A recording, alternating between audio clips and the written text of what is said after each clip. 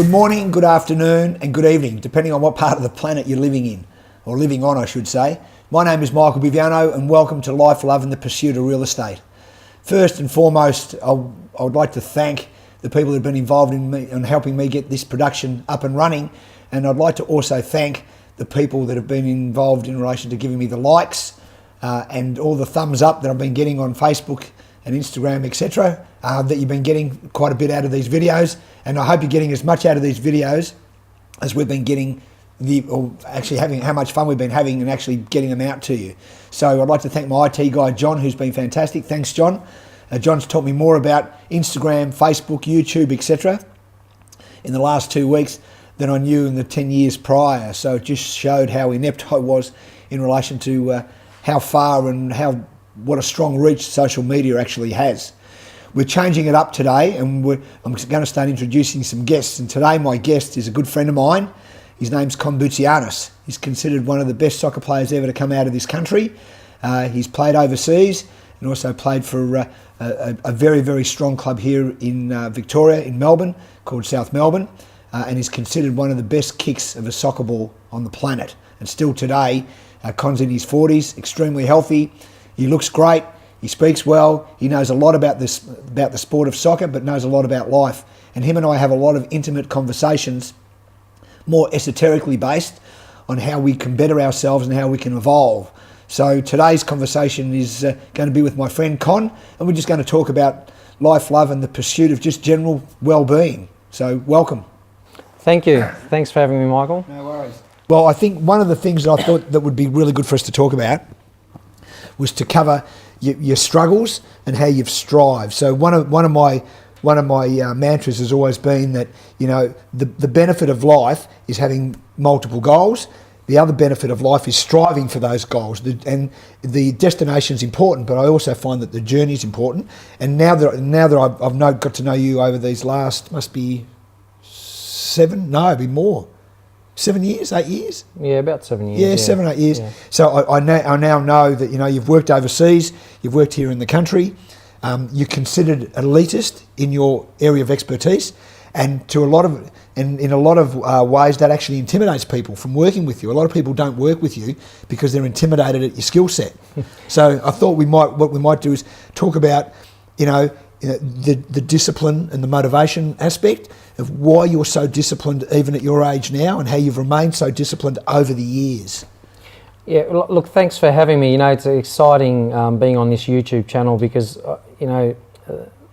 social media plays a big part in our lives today, and, I can only talk from my experience, and I've had a big struggle in my life because of certain things that happened and certain decisions that I made in my life that I'm responsible for, but what's happened is I had to educate myself when I basically left school, and that was the hardest bit for me. Playing football for a number of years educated me to a certain degree, especially with travelling, which was really good. I think travel does that. Yep, agreed. But when it came to other things, I think I really studied a hell of a lot as soon as I stopped playing football and I took on a coaching role. But I didn't really necessarily know what type of coaching role I'd take because I like the scientific background. Yep. And I'm a bit of a perfectionist, and I want things done properly.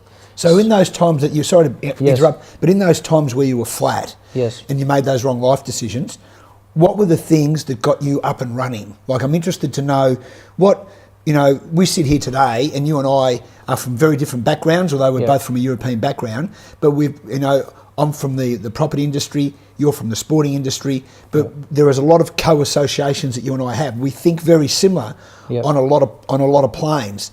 Now, so therefore, that can be due to maybe our life experiences, but what would be really good for people to see about you, aside from, they can look you up on YouTube and see how great you are and how great you kick the ball and some of the goals that you scored that are unbelievable.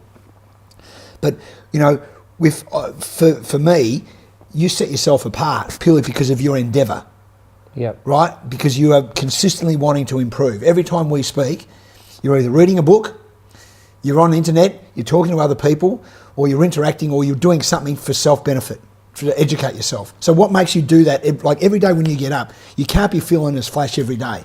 No, no one feels flash every day, but I got a desire to be a perfectionist or to make it a little bit better every day. And so it's taken me 15 years of direct coaching one-on-one with people and finding out where their weaknesses are, where their strengths are, but taking a holistic approach to life. You can't just go in and be the footballer because there's so many other things that are happening during life. Absolutely. Like you go home. What happens home? A number of things happen at home. So for me, a lot of people ask me that same question, like what's the...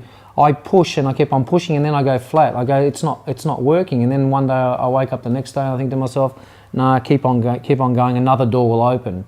Because... So it's the premise that there's always another opportunity that keeps you going? There is another opportunity, you just can't see it. You know, because you may feel vulnerable at certain stages of your life and you think, do I keep on going or don't I keep on going, or do I become comfortable? All right, well, what about networking? Because in you and I have spoken about networking a bit, Yep. and as you know, I'm a big advocate for it. Yep. Right, so I think as far as the networking thing goes, are you still having trouble with people being intimidated by your skill set? Like when, you know, I know you've had clubs speak to you, you know, and some of the coaches are worried about putting you on purely because they think that you'll outgrow them real quickly and that might show any ineptitude that they've got. Like how do you cope with that type of... Well, if we go to the top, you would say a good businessman would hire you straight away because it's only going to improve his business and make him better. Agreed. So I can't understand that philosophy of being intimidated, but... You've had that trouble though, haven't you? I've had that trouble for a numerous amount of years because people think that I've got a big skill set because they ask me, what do you do? I said, well, where do I start? Because in football, there are so many mechanics. So skill or technique, it's such a flippant word that gets used. Technique. What is technique? Is it control? Is it kicking the ball? Is it kicking with both feet? What's the two greatest things that set soccer players apart? Well, generally technique. Yep. And probably their physical capabilities as well. But technique is the key area. But the best players in the world have the capability of scoring goals. The biggest paid players in this world are your goal scorers because it's such a hard technique to learn because you've got so many things to do. By the time you control the ball, you may have to shield a couple of players off, then you have to shoot, then you have to beat the goalkeeper. Whereas if I'm defending against you, all I have to do is focus on you and win the ball. That's it. So there's a bigger skill set. Well, it's a very results-driven game, no different to business. So in the business cycle, no different to sport, and that's where you and I have a lot of alliances in our thought process, is that it's results-driven. So we want to make sure, as individuals, that we evolve and that we provide a good standard of living for those we love and all that sort of stuff. In the soccer game, it's really not a lot different. If the highest paid players are the players that are scoring, then it shows that it's a results-driven game. It's a 100% results-driven game, but the methodology needs to change. It doesn't matter. Explain and that I more. will explain because I've travelled the world and I've been to the best academy in the world in La Masia in Spain. I've lived there and I've seen what they do. Now they're producing more players than any other club in the history of the game at the moment who play in their senior team. Right. The key areas are, it's like, for example, golf. If you don't practice putting, there's no way you can win a tournament. And it's the execution stage. So everyone gets around the same area. We can all get there, but how do you execute? And I'm a specialist in that area as well because I've studied biomechanics, I've studied kicking, I've studied how the brain works, how you develop both sides of the body. You've got to set up neural patterns. If you don't set up neural patterns, the other person considers you to be left-footed or you're right-footed. Well, I don't even consider some of these people who tell me they're left-footed, right-footed. So you come to me and you say, oh, my son's left-footed. And then I assess his left foot and I think his left foot's not that great. But the perception is just because he uses the left foot more often that he's left-footed. Well, you can kick both feet more proficiently than anyone else I've ever seen. And I'm not just saying that because he's my friend, but I've seen that. Like you can, and if you get onto YouTube, you'll find out and you watch Con kicks both feet proficiently. So that's a good idea. Let's talk about that, and then we can relate that to just life, and because to learn those sort of skill sets is great life teaching. And I think if we can depart some of that, like when did you realise that you needed to kick both feet, And then what did you do? How did you go about actually doing that? Like, what was the process? How many times did it take you to get it right? Was it 10,000 hours like they say? Or what was the process? Well, we'll go. 10,000 Hours is a book that Malcolm Gladwell wrote, which is a great book, and it talks about you need to complete 10,000 hours to develop something. But a lot of people don't have a methodology or the technical side, a curriculum or a syllabus to follow. They may do 10,000 hours, but 10,000 hours of what? So you're really talking about perfect practice. You're talking about good practice, not just practice for the sake of practice. Exactly. Perfect but deliberate. Yep. You have to isolate yourself and practice one particular thing. You can't just go randomly. And what's happening today is they're going and playing too many games. So 80% of the time in our sport, they're playing games. And then they're expected to go in. So I always go back to the alphabet. If you don't know your alphabet, you've got no chance of spelling words. It just doesn't work. And then you go on to sentences and then paragraphs and the rest of it. Yes. Right? So everything links to each other, and we haven't got the ABCs in soccer right. And I'm talking about worldwide, where I see some international players who are earning millions of dollars who are not proficient on both sides of their bodies. They're not. Okay. But I can see that very, very distinctly because I studied biomechanics for a number of years. So getting back to how you do it, I ran into a guy and he was telling me about my running technique. And he said, your running technique's pretty poor. And I said, why? He said, because your arms are in the wrong position. We're talking about Alan now? We're talking about Alan, a very dear friend of mine and been a mentor for me for many years. And then I said, my mind was always open because I want to learn. I want to learn, but I want to learn from someone who knows what they're talking about. I can't sit there and be just talked to about something and it's just, it bores me because I think to myself, I'm not learning here, so I need to move on. There's no disrespect to the person. So I need to find... It needs to be benefit, I get it. It needs to be benefit, and it's no disrespect. And I say that humbly, you know what I mean? And Alan taught me a number of things, and I said to myself, I was proficient in kicking. I scored a numerous amount of goals from a dead ball situation. When we say dead ball situation, people used to say that I was the David Beckham of Australian football, and I scored numerous goals at the drop of a hat. And then what I did is I went over and studied videos of what I did, and there was a resemblance to what Alan was telling me. My arm swing, my mechanics of my body were perfect. And so from your toe right up to your arms, if the body doesn't work in harnessing, your technique's going to be great. Then you can't manipulate the ball the way you want to. Yep. Whereas what you see in today's day and age, you'll see kids kicking with their right foot pretty fluently. So when I kick with my right foot, my left arm must swing to counterbalance. But when they go and kick with their opposite foot, you'll see the left arm coming up and the left foot coming up. You don't run like that and you don't walk like that. Can you imagine running with left foot and left Well, that's where repetition is the mother of skill.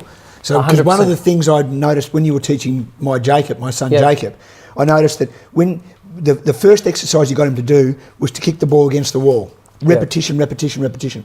And one of the things that you taught me then was that the muscles start to tune up to it. Yep. They get used to that action, right? And then the more they do it, the more proficient they become at it.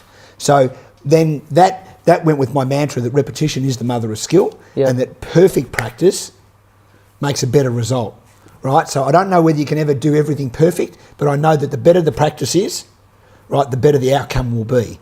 So therefore, that's what you're talking about. So when you're making sure you've got the right mentors and doing the right amount of training. So therefore, in relation to skill set, and I want to get back just a little bit to where we started. When we talk about motivation versus discipline at the start, right? I know how motivated you are because I know how fit you are, and I know, generally speaking, you're very regimented in relation to your routine. So therefore, and I've always believed that routine is a great skill set to have, because it sets you up for your day. You get up early, you have your breakfast, you might read the paper, check the news, check the weather, do all those sort of things, and you get your day planned.